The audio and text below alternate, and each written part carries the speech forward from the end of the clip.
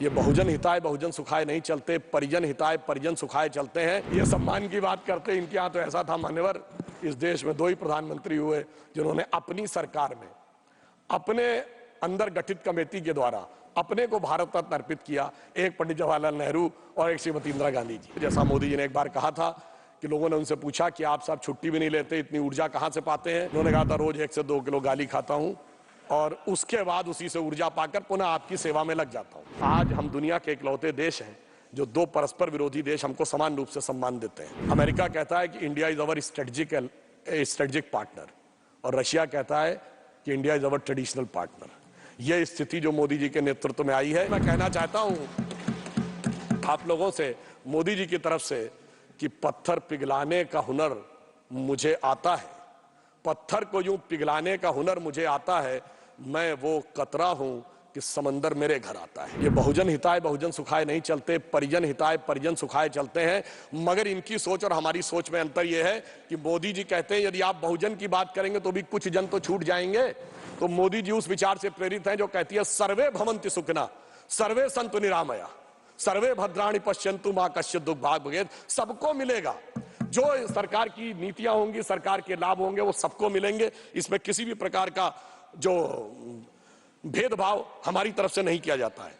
और मैं ये भी कहना चाहता हूं, एक और आरोप लगाया गया था कि विपक्ष के नेताओं का सम्मान नहीं होता। माननीय खड़गे जी ने एक उदाहरण दिया था, वो उदाहरण अटल जी के प्रधानमंत्री का नहीं था। वो जब वो विदेश मंत्री बने थे तो विदेश मंत्रालय में जवाहरलाल नेहरू जी की फोटो लगी थी, वो हटा दी गई। तो उन्होंने कहा नहीं, जो देश के प्रथम प्रधानमंत्री थे वो जहां जैसे है वैसे ही रहना चाहिए। ये हमारा संस्कार है और मोदी जी ने उसको कितना आगे बढ़ाया। सरदार पटेल की मूर्ति दुनिया की सबसे ऊंची मूर्ति बना दी। हमने इस बात की चिंता नहीं की कि उनके कालखंड में संघ पर प्रतिबंध लगा था, मगर अफसोस की बात यह है कोई भी आज तक गया नहीं है। अब ये बताइए, भारत रत्न मदन मोहन मालवीय जी तो कांग्रेस के अध्यक्ष थे, उन्हें भारत रत्न मिला। प्रणब मुखर्जी जी कांग्रेस के नेता थे, उन्हें भी भारत रत्न मिला। क्या पद्म अवार्ड तरुण गोगोई जी को नहीं मिला? क्या एससी जमीर जी को नहीं मिला? और अभी आदरणीय कर्पूरी ठाकुर जी को मिला। यह ईमानदारी है हमारी सरकार की। समाज के जिस जिस व्यक्ति ने, जिस जिस महापुरुष ने जो जो योगदान दिया, हमने ईमानदारी से किया है। और इनके यहां ये सम्मान की बात करते हैं, इनके यहां तो ऐसा था मान्यवर, इस देश में 2 ही प्रधानमंत्री हुए जिन्होंने अपनी सरकार में अपने अंदर गठित कमेटी के द्वारा अपने को भारत रत्न अर्पित किया। एक पंडित जवाहरलाल नेहरू और एक श्रीमती इंदिरा गांधी जी। इन्होंने अपने नेताओं को नहीं दिया, हमने सबको दिया। ये मोदी जी की विराट सोच और इन चीजों के बारे में हमारा जो नजरिया है वो उसको दर्शाता है। और मैं ये भी कहना चाहता हूं कि ये उदारता मोदी जी कब दिखाते हैं? जब उनके लिए क्या क्या शब्द नहीं बोला जाता है। मतलब मृत्यु का प्रकार से लेके अनेक प्रकार की बातें, कब्र खुदेगी वगैरह वगैरह, जाने क्या क्या चीजें हैं। मगर उससे अविचलित रहते हुए, जैसा मोदी जी ने एक बार कहा था कि लोगों ने उनसे पूछा कि आप साहब छुट्टी भी नहीं लेते, इतनी ऊर्जा कहां से पाते हैं? तो उन्होंने कहा था रोज 1 से 2 किलो गाली खाता हूं और उसके बाद उसी से ऊर्जा पाकर पुनः आपकी सेवा में लग जाता हूं। आप सोचिए, आज डिजिटल डाटा का जमाना है। जितने अपशब्दों का प्रयोग माननीय मोदी जी के लिए किया गया होगा, इतना कभी किसी के लिए नहीं किया होगा। इसके बावजूद विपक्ष के जितने नेताओं को सम्मान दिया गया है, इतना भारत के इतिहास में कभी किसी को नहीं दिया गया होगा। इसलिए वो ऊर्जा पाते हैं जो समाज को बदलाव करने में एक महती भूमिका निभाती है। और उस नई सोच के साथ हम आगे बढ़ते हैं। अब यहां अंत में मैं एक विषय ये कहना चाहूंगा कि वो नई सोच क्या थी, एक उदाहरण देना चाहता हूं। जब हमारी सरकार आई, इस देश में 2 हिस्सों में बहुत बड़ी समस्या थी। देश का पूर्वी हिस्सा है, वहां पर पानी बहुत गिरता है, बाढ़ की समस्या रहती है, बिहार से लेके उड़ीसा, पश्चिम बंगाल, असम। जो पश्चिमी हिस्सा है, राजस्थान और गुजरात, वहां पानी कम गिरता है, इसकी वजह से सूखे की समस्या रहती थी।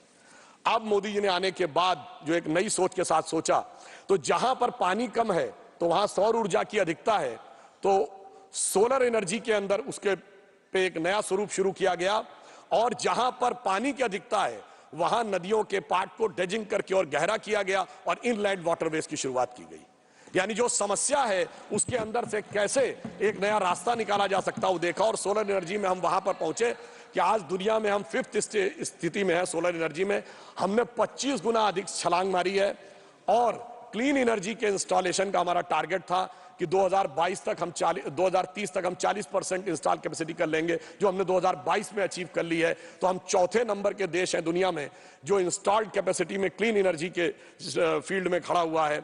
हम चौथे बड़े स्टॉक एक्सचेंज भी हैं, हम तीसरे बड़े ऑटोमोबाइल मैन्युफैक्चरर बने हैं, हम दूसरे बड़े मोबाइल हैंडसेट के मैन्युफैक्चरर बने हैं, और डिजिटल ट्रांजैक्शन में हम दुनिया में नंबर 1 है, इंफ्रास्ट्रक्चर में हम दुनिया में नंबर 1 है। और सभापति महोदय, डिजिटल ट्रांजैक्शन में 2022 में भारत में 46%, दुनिया का 46% डिजिटल ट्रांजैक्शन भारत में हुआ, जो इसके बाद के चारों देशों से मिलाकर उससे ज्यादा था। अर्थात एक नई सोच, सोलर एनर्जी, इनलाइन वाटरवेज और डिजिटल ट्रांसफॉर्मेशन भारत को एक नई दिशा में ले जाने में सफल रहा। तो मैं ये कहना चाहूंगा कि इस नई सोच के साथ इस अमृतकाल में हमें आगे बढ़ना चाहिए और ईमानदारी से एक यथार्थ और स्वीकार करना चाहिए। महोदय, हमारे देश में क्या कोई ऐसी घटना हुई? अमेरिका में सिलिकॉन वैली बैंक और न्यूयॉर्क सिग्नेचर बैंक डूब गया, हमारे यहां कोई बैंक डूबा क्या? चाइना की सबसे बड़ी रियल एस्टेट की कंपनी एवरग्रांड डूब गई, हमारे यहां कोई डूबा क्या? चाइना के सबसे बड़े उद्योगपति जैक मा मतलब अघोषित रूप से गायब हो गए। वहां के सबसे बड़े जो बैंकर हैं बान फाओ, वो भी 1 साल से गायब है। इसके बावजूद, और अगल बगल क्या हो रहा है वो तो छोड़ दीजिए, जो पाकिस्तान और श्रीलंका में हो रहा है, इसके बावजूद इन परिस्थितियों में से जिस ढंग से मोदी जी ने इसको निकाला है, तो मैं कहना चाहूंगा कि आपको उनका साथ देना चाहिए और उनका सहयोग करना चाहिए। ये काम इतना आसान नहीं था, और आज स्थिति सिर्फ इतनी नहीं बनी है। आज हम दुनिया के इकलौते देश हैं जो 2 परस्पर विरोधी देश हमको समान रूप से सम्मान देते हैं। अमेरिका कहता है कि India is our strategic partner, और रशिया कहता है कि India is our traditional partner. यह स्थिति जो मोदी जी के नेतृत्व में आई है, ये दुनिया में किसी दूसरे देश के पास नहीं। इसलिए मैं कहना चाहता हूं आप लोगों से, मोदी जी की तरफ से, कि पत्थर पिघलाने का हुनर मुझे आता है, पत्थर को यूं पिघलाने का हुनर मुझे आता है, मैं वो कतरा हूं कि समंदर मेरे घर आता है। और मैं अंत में यह भी कहना चाहता हूं कि आज भारत एक नए स्वरूप की तरफ आगे बढ़ रहा है। हम एक बिंदु बस और कह देता हूं, उसके बाद समाप्त करता हूं। आज हम जिस रफ्तार से आगे बढ़ रहे हैं, दुनिया में हमको जैसा कोऑपरेशन मिल रहा है और भारत की तरफ जिस ढंग की आशा भरी निगाहों से देखा जा रहा है, ऐसा पहले कभी देखने को नहीं मिलता था। मुझे याद है माननीय सभापति महोदय, हम लोग बच्चे थे, राम मंदिर आंदोलन के समय कहा जाता जिस दिन राम मंदिर बनेगा उस दिन मिडिल ईस्ट के देश पेट्रोल देना बंद कर देंगे। आज हकीकत क्या है? आज भारत मिडिल ईस्ट और यूरोप का कॉरिडोर बन रहा है, राम मंदिर भी बन रहा है, कॉरिडोर भी बन रहा है। G20 समाप्त हुआ तो सऊदी अरब के क्राउन प्रिंस मोहम्मद बिन सलमान एक दिन एक्स्ट्रा भारत में रुके व्यापार पे बात करने के लिए। आज हमारा सऊदी अरब के साथ व्यापार हो या जो भी व्यवस्था हो, बहुत तेजी से आगे बढ़ रही है। और वैसे जो लोग साइंस में, टेक्नोलॉजी में रुचि रखते हैं, उन्हें पता हो कि अब तेल की टेक्नोलॉजी का समय 20-25 साल का ही रह गया, वो भी खत्म होने वाला है। तो इसलिए अगर आप देखें कि यदि कोई